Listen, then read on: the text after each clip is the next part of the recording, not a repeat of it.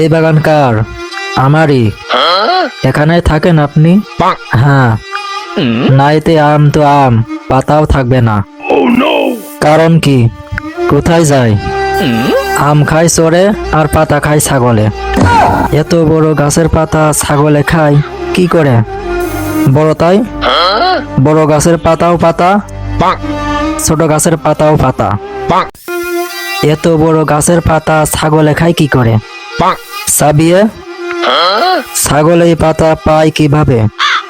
গাছের থেকেই পায়। ছাগলে কি গাছে উঠে পাতা খায়?